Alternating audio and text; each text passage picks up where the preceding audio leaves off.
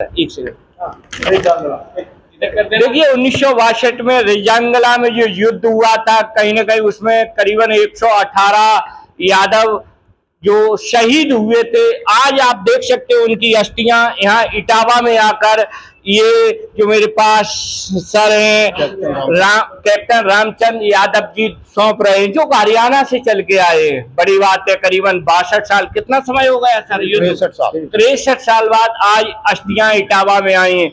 यहाँ मैं कहूंगा सर, जो परिवार के इनके भाई शहीद हुए थे। अच्छा, आपके भाई का नाम क्या था सर? सुल्तान सिंह। गांव कौन सा?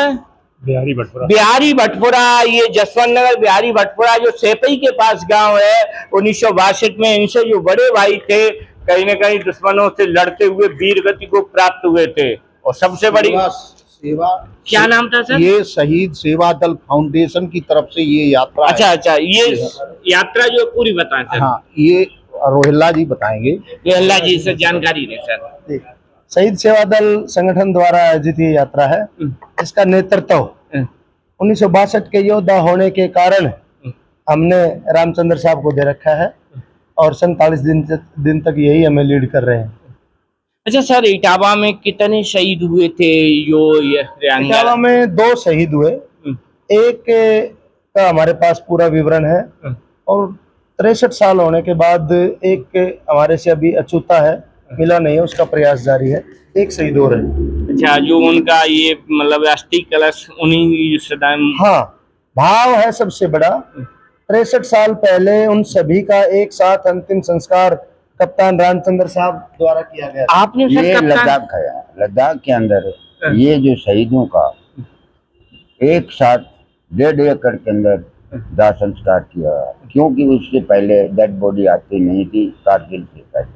इसलिए ये हमारे शहीदों को हमने 1.5 किलोमीटर 1.5 एकड़ की जमीन के अंदर इनको शहीद किया। आज उनकी अस्थियां इटावा में आ रही हैं। हालत ये है कि अब मन में बहुत था कि इनके परिवार इनका फोटो देखें और इनकी कलश यात्रा है इनको सौंपें, लेकिन हरियाणा में 2 दफा हो चुका, राजस्थान में 2 दफा हो चुका, लेकिन 63 साल में उत्तर प्रदेश में आया। क्योंकि सरकार से मैंने बार बार परमिशन मांगा तो उस टाइम सही माहौल नहीं जमा। तो अब परमिशन होगी और आप आ रहे हैं, हम घर घर दे रहे हैं। और ये मेरे ऊपर एक भार था, मैं आपको बताऊं। उस टाइम साहब आपने लड़ाई लड़ी? मैं लड़ाई लड़ी, मैं एक सिपाही रेडियो ऑपरेटर था, मैं परमवीर चक्र मेजर शैतान सिंह का। लड़ाई मेरे नजर में लड़ी गई पूरी, इसलिए मेरे को पूरा याद है। मेरे ये जो सुल्तान है, ये जो मेरे भाई हैं ना, ये एक प्लेट में रोटी खाते थे हम। बहुत दर्द होता है, मैं आपको बताऊं। तब मैं ये सोचा कि भाइयों ने मेरी मदद कर रहे हैं मेरे साथ, तो इनके सबको फोटो सबके घर के सामने जाए, ताकि अब आप देखिए ऐसा सीन बनता है कि जो जानकार देख लेते कि ये हमारा है तो फूट फूट कर रोता है। और मैं उनको यही कहता कि रो मत, ये बहादुर हैं। मैं तो बहुत रो लिया मैंने। बहुत बहुत धन्यवाद ऐसे महापुरुषों को, जिन्होंने देश के लिए सब कुछ न्यौछावर कर दिया। 63 साल बाद इटावा की सरजमी पर आज उनकी अस्थियां आ रही हैं। आज जहाँ भी ऐसे जो हमारे लिए, हमारे देश के लिए लड़े, ऐसे लोगों की जहाँ भी आत्मा हो या जिस रूप में हो, ईश्वर हमेशा उनकी मदद करना, अपने श्री धाम में ही स्थान देना। ऐसे जो लोग वीर गति को प्राप्त होते हैं और उनके लिए रास्ता हमेशा समाज स्तर से, उनके परिवार के लिए आज जो सम्मान हुआ है, पूरे परिवार को सम्मानित किया गया है। और मैं श्रद्धेय नेताजी मुलायम सिंह यादव को भी इस चैनल के माध्यम से बहुत बहुत बधाई दूंगा। 1999 के बाद पहले अगर किसी की कैजुअलिटी सेना में हो जाती थी तो कोई भी पार्थिव शरीर नहीं आता था।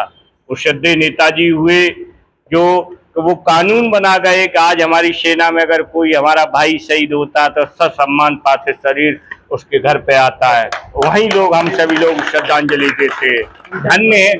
धन्य है ऐसे नेताजी मुलायम सिंह यादव, जो आज ये कलश देख के मुझे याद आ रहा है कि नेताजी कितने महान हुए। 63 साल बाद आज ये कलश इटावा में बिहारी भटपुरा जो शेफई ब्लॉक में पड़ता है, ये क्या नाम है सर आप? सुखलाल सिंह के बड़े भाई थे आप? 2 साल बड़े। दोस्त। आप मैनपुरी से हो? आपके कौन शहीद हुए? दादा कलश आपका वो कलश? रखा आपका भी दो मतलब कलश यात्रा, ये हरियाणा से ये सर हैं जो श्री रामचंद्र, कैप्टन रामचंद्र यादव जी।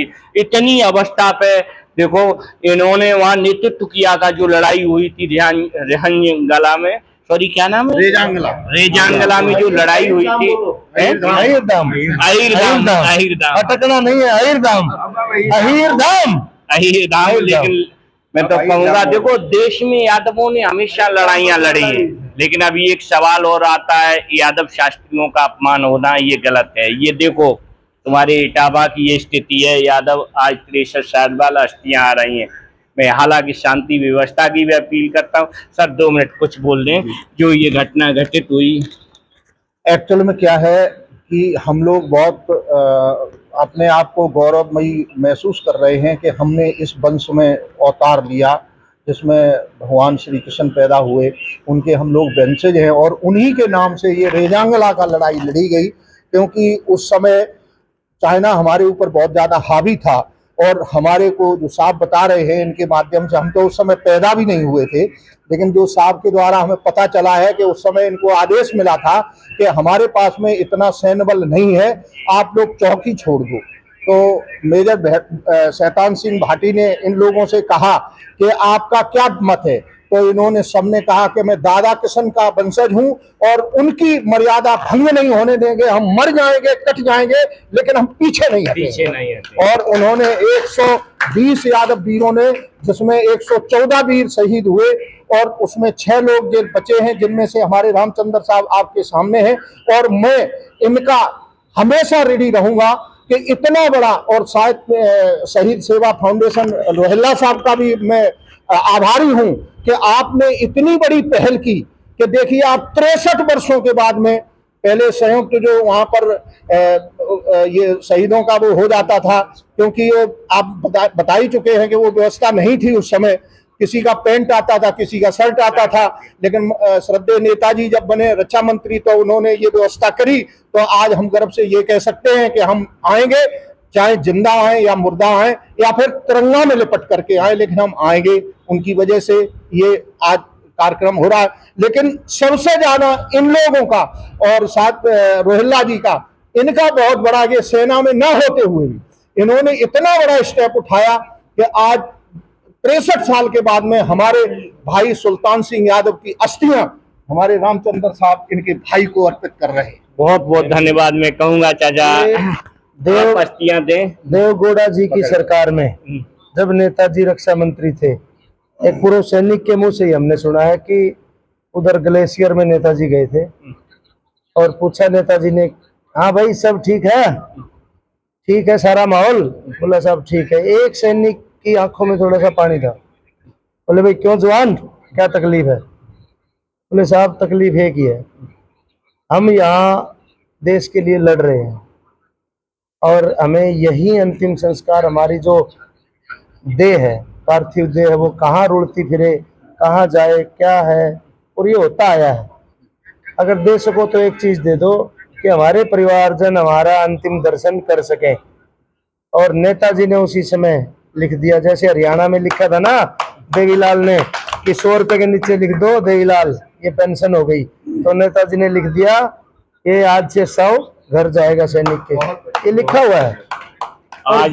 बिल्कुल, ये आज बहुत बहुत धन्यवाद दूंगा, ये सभी लोग हरियाणा से चल के आए और आज 63 साल बाद जो शहीदों का सम्मान इटावा की पावन सरजमी पर हो रहा है कहीं न कहीं, और मैं धन्यवाद सबसे ज़्यादा दूंगा श्रद्धेय नेताजी को। नेताजी ने जब दर्द देखा सैनिकों को, तो सर बता रहे रघुराज सिंह यादव जी, सर ने कहा कि पहले कपड़े ही आते थे। श्रद्धेय नेताजी ने जब ये देखा तब नेताजी ने वो कानून बना गए, राष्ट्र सम्मान, पार्थिव शरीर घर पर आता है, लोग श्रद्धांजलि देते हैं।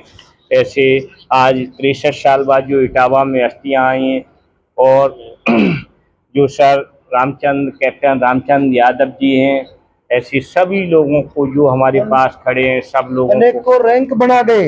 ये बताते हैं हमारे सैनिक, ये बताते हैं हमारे सैनिक, अब हम तो बताने वाले सिविलियन को हाँकना पड़ता है, तो सैनिक हमें हाँक रहे हैं। ये बताते हैं कि बहुत कम रैंक होते थे, अब प्रमोशन रैंक इतने बढ़ा गए नेताजी कि गर्व महसूस करता है एक सैनिक जब उसको प्रमोशन प्राप्त होता है। तो ये सब उन्हीं की देन है। उन्हीं की देन है। शहीदों की चिताओं पर लगेंगे हर वर्ष मेले, वतन पर मिटने वालों का यही आखिरी निशान होगा। बहुत बहुत धन्यवाद। इसी के साथ मैं कपिल यादव, MBM न्यूज़ 24 इटावा उत्तर प्रदेश।